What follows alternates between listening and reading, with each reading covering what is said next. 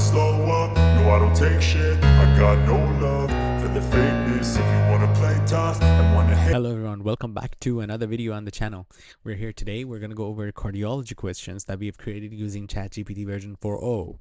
The goal of this channel is to create as many questions as possible on all of the educational objectives that are testable on the board exam for internal medicine, and make it easy to watch, easy to remember, play it as a podcast, don't miss a question, okay?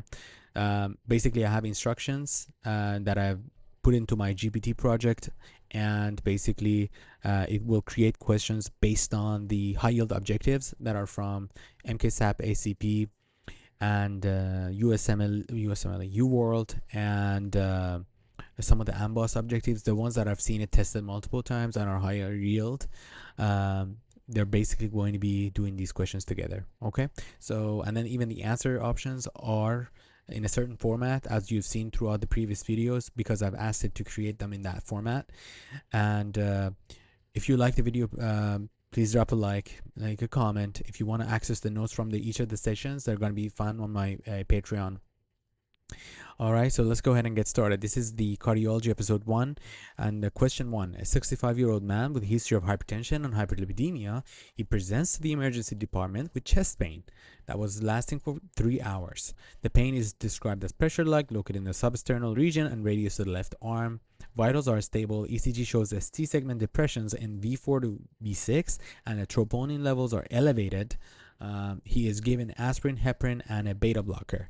Which of the following is the most appropriate next step in the management of this patient? Go ahead and pause the video right here, pick your answer, then we're going to go through the options together.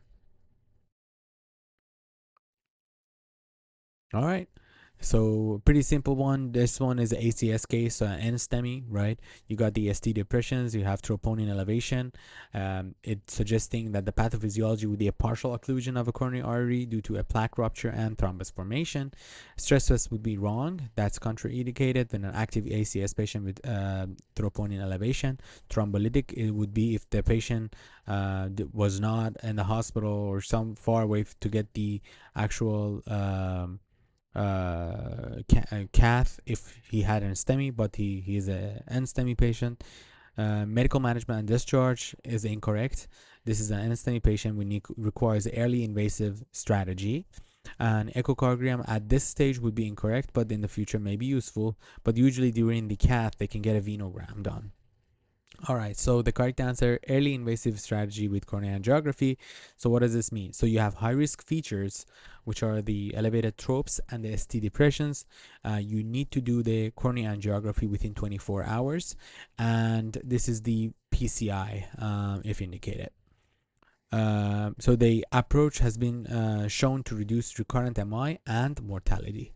This is why they're doing it, basically. And the high yield phrases here were the chest pain, the ST depression, the elevated trope, and the fact that this patient has high risk ACS. And then when you review the latest guidelines, the AHA and ACC, they do explain this. Someone with a ST depression, tropes elevation, and TIMI greater than 2 would be a high risk NSTEMI, and they recommend that they receive early invasive strategy angiography PCI within 24 hours, and the this improves mortality and prevents recurrent MIs.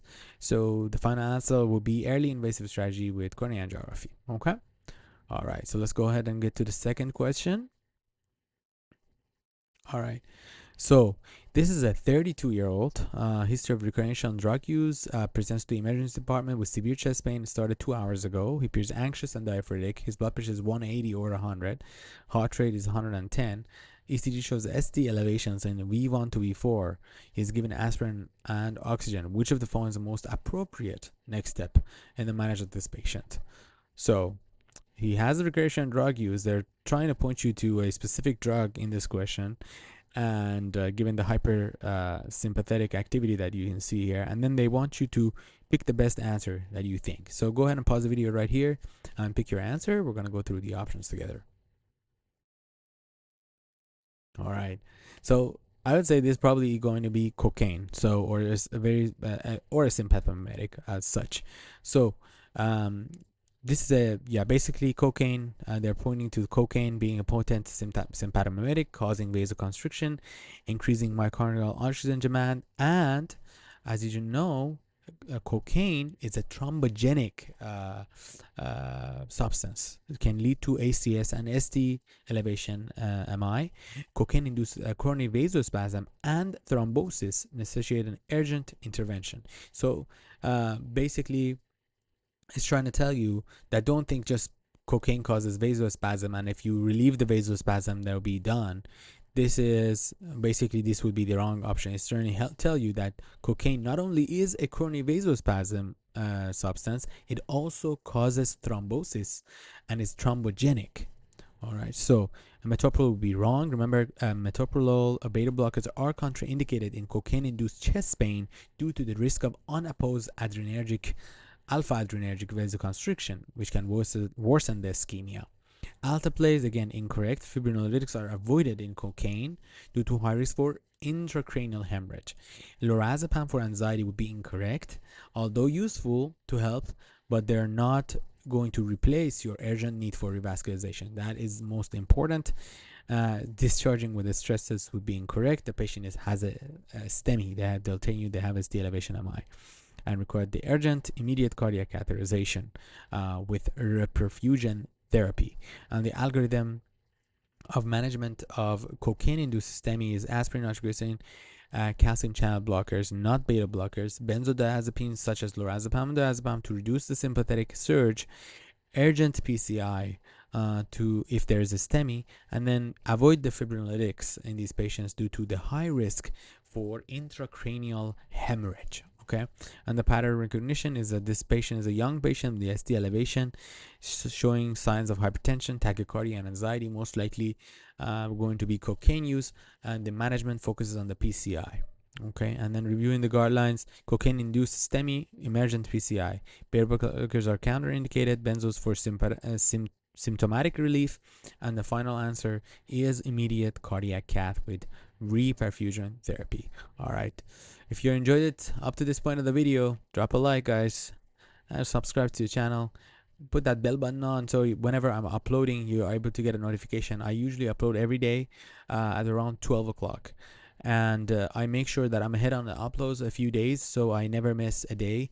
And we want to keep doing these question after question after question till we create a huge, basically, playlist for each of these sections, like cardiology, infectious disease, and all the testable sections that you can basically listen to or speed watch right before the test and be able to get every single question. All right, so let's go ahead and with the question number 3. So this is a 22-year-old female. She presents to the emergency room after experiencing a syncopal episode while running.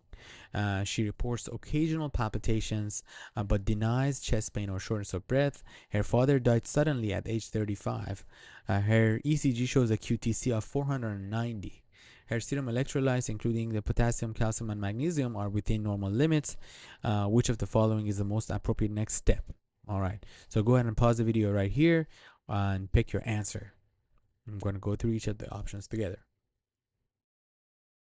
All right, so this is a specific case of basically congenital lung QT syndrome. The pathophysiology is that this is a disorder of delayed ventricular repolarization, which increases the risk for these patients to get torsades de pointes and sudden cardiac death. There's some subtypes of lung QT syndrome, and these are Jervell and Lang Nielsen syndrome, which is an autosomal recessive associated with deafness. There's also Romano-Ward syndrome. This is autosomal dominant. So not that we're going to get tested on this. I guess more if you were on a cardiology board, you may be seeing these more often. I wouldn't assume to be seeing these on internal medicine, but good to know. And then the ICD placement would be incorrect. It's reserved in high risk LQTs, such as those with prior sudden cardiac arrest or recurrent syncope despite beta blockers. So although the patient did have syncope, but technically she's still not a candidate for an ICD because she does not have a history of sudden cardiac arrest or recurrent syncope on beta blockers. So the answer kind of given away. So you need to start her on beta blockers. All right. The patient should be managed with beta blockers first. Discharge with reassurance would be incorrect. The patient is higher risk for sudden cardiac death and requires medical intervention. IV magnesium would be incorrect. That's the management for acute torsades, and this patient is not in one. Amiodarone is incorrect. You want to stay away from these because they could actually prolong QT interval and worsen your condition or even put you in torsades. So the answer is beta blocker therapy with close follow-up. And the algorithm for management of a congenital lung QT syndrome is you start with beta blockers, propranolol, nadolol. These are the first line therapies to prevent arrhythmias. Then remember to avoid any QT prolonging medications such as antipsychotics, macrolides, antiemetics. And if the patient basically is high risk, such as has a history of cardiac arrest or refractory syncope with beta blockers, then you consider placement of ICD. And always remember to do lifestyle modification and tell them to avoid strenuous exercise. Sudden loud noises is interesting. And the pattern recognition is when you see a young patient with syncope during exertion, family history of sudden death with a prolonged QTC on ECG, especially for females greater than 470 and for males greater than 450. So these are the things, the magic numbers that we have to remember. Then you have your diagnosis, and based on the guidelines from AHA and ACCE, beta blockers are first line, ICDs for high risk. And that is the last question of the day, guys. I hope you guys are enjoying these sessions. We're trying to do these quickly. We're gonna go through as many questions as possible. As I said, if you stay till the end of the video, please drop a like, subscribe for more. I'll try to upload every day for you guys, and let's conquer this test together. I'll see you on the next one. I don't ever slow up, no I don't take shit. I got no love for the fakeness. If you wanna play tough and wanna hate this,